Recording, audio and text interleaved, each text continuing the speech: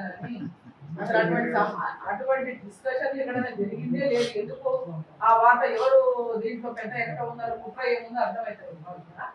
నేను ఎంత ఎవరో ప్రతిపక్షాల కుట్రనే నేను ఎంత ఉంటుంది గ్యారంటీ. ఎందుకంటే వాళ్ళకి ఈరోజు భారతీయ జనతా పార్టీ 100% మహబూబ్నగర్ సీట్ గెలుచుకుంటున్నటువంటి పూర్తి విశ్వాసం.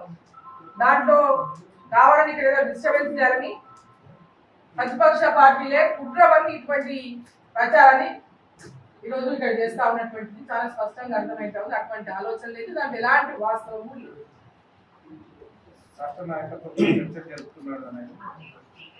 అలాంటి సమాచారం ఉంటే నాకు తెలుస్తుంది కదా.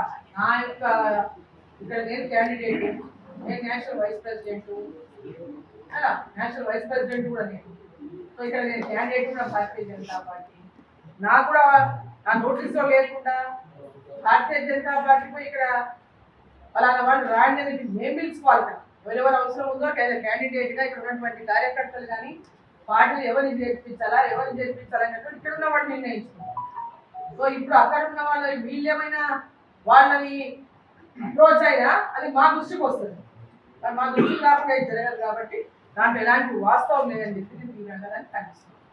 మేడం, 2 రోజుల క్రితము జితేందర్ రెడ్డి గారు కాంగ్రెస్ లో చేరిన సందర్భంగా ప్రెస్ మీట్ లో మాట్లాడుతూ గతంలో అరాచక పాలన నుంచి కూడా కాంగ్రెస్ పార్టీ విముక్తి కల్పించింది, కానీ మళ్ళీ అరాచక పాలన రాకుండా చూడాలని చెప్పేసి బీజేపీని టార్గెట్ చేస్తూ మాట్లాడింది.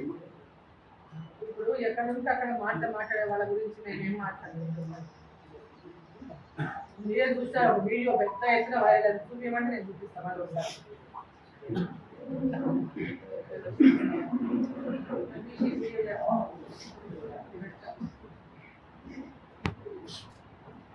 మొత్తం ఈ వీడియో వైరల్ అవుతుంది.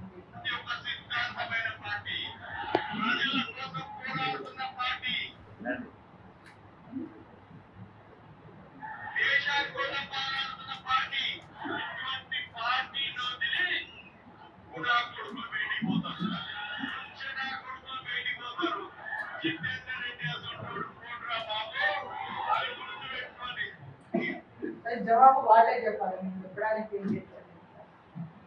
వాళ్ళు ఏడ ఉంటే ఆ పార్టీని వాళ్ళు మెచ్చుకోవడం అనేది అంటే సరే మామూలు విషయం అయితే సరే, ఎవరికి ఇష్టం ఉన్నా కూడా వాళ్ళు ఉండొచ్చు. మరి ఒక అభిప్రాయం వాళ్ళు ఏ పార్టీలో పోవాలనుకుంటే ఎవరైనా వాళ్ళ సొంత అభిప్రాయం.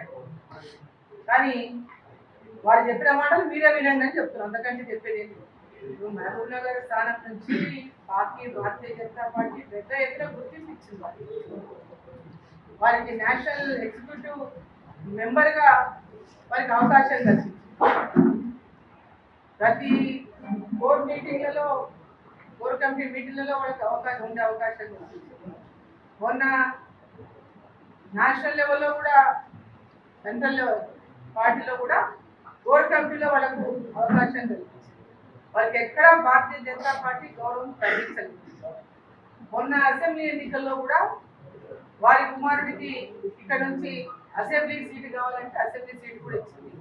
వారి కుమారుడికి మహబూబ్నగర్లో ఎలాంటి పరిచయం లేకపోయినా, ప్రజలకు మరి మిథున్ రెడ్డి అంటే ఎవరో తెలియకపోయినా, ఎవరితో ఎలాంటి ఇక్కడ కనెక్షన్స్ కూడా లేకపోయినా జితేందర్ రెడ్డి కొడుకు అని చెప్పేసి పెద్ద ఎత్తున కార్యకర్తలందరూ కూడా పూర్తిగా అహర్నిశలు కృషి చేసి ఇక్కడ ఆయన గెలుపు కోసం పనిచేసి. సో ఆ విషయాలన్నింటినీ కూడా ఒకసారి ఆలోచించుకోవాలి. కార్యకర్తల మనోభావాలను దెబ్బతీసే విధంగా పార్టీలో ఎవరు లేకుంటే నాకు టికెట్ ఇచ్చేది చాలా ఆక్షేపణీయం. ఆ వర్డ్ అనేది మహబూబ్ నగర్ స్థానాన్ని చాలా మంది ఆశించిన వాళ్ళందరూ బయటికి వెళ్ళిపోయింది. ఈయన ఆర్కే వస్తుందంటే వాళ్ళందరూ బయటికి వెళ్ళిపోయింది. పెన్నం శ్రీనివాసరెడ్డి కానీ, ఎంపీ వెంకటేష్ కానీ, అదేవిధంగా అనేక ఇబ్బందులు పెడితే పవన్ కుమార్ కానీ పోటీ చేయకుండా పక్కకున్నారు. పి చంద్రశేఖర్ కానీ, ఎర్రశేఖర్ కానీ వీళ్ళందరూ పార్టీలోకి వెళ్ళిపోయిన కారణం ఎవరు చెప్పండి. ఆయన ప్రాధాన్యత ఇచ్చే వీళ్ళందరూ వెళ్ళిపోతున్నా పార్టీ ఊరికనే ఉంది. సో ఈరోజు ఎవరు లేక మాకు టికెట్ ఇచ్చి వెళ్ళడము అది తీవ్ర ఆక్షేపణీయము. దానికి తీవ్రంగా ఖండిస్తున్నా. అసెంబ్లీ కూడా నేను పోటీ చేస్తాను అడిగిన మహబూబ్నగర్ అసెంబ్లీకి. ఎందుకంటే మహబూబ్నగర్ ప్రజలంతా కూడా ఇక్కడ మంత్రి గారిని ఓడించాలంటే బలమైనటువంటి వాళ్ళు ఉండాలని అంటే నన్ను అందరూ కంటెస్ట్ చేయమని అందరూ అడిగారు. నేను కంటెస్ట్ చేస్తే అవకాశం ఇస్తాను. జితేందర్ రెడ్డి గారు పోటీ చేస్తారన్నారు. జితేందర్ గారికి పోటీ చేస్తా అంటే ఓకే అవుతుంది. దాని తర్వాత వాళ్ళు చేయరు, కొడుకు చేస్తారని అనౌన్స్మెంట్ చేయించుకున్నారు. మమ్మల్ని ఎవరేమి అడగలేదు. ఎవరు డికేఆర్ గారు అడిగింది కదా, ఆమె చెయ్యాలంటే మీ కొడుకు ఇస్తామని ఏం చెప్పలేదు. డైరెక్ట్ గా అడగకుండానే వాడికి అవకాశం ఇచ్చింది. పార్టీ ఎక్కడ అన్యాయం చేసింది చెప్పండి మరి. ఒకటే పేరు సెకండ్ లిస్ట్ లో ఇచ్చిండ్రు.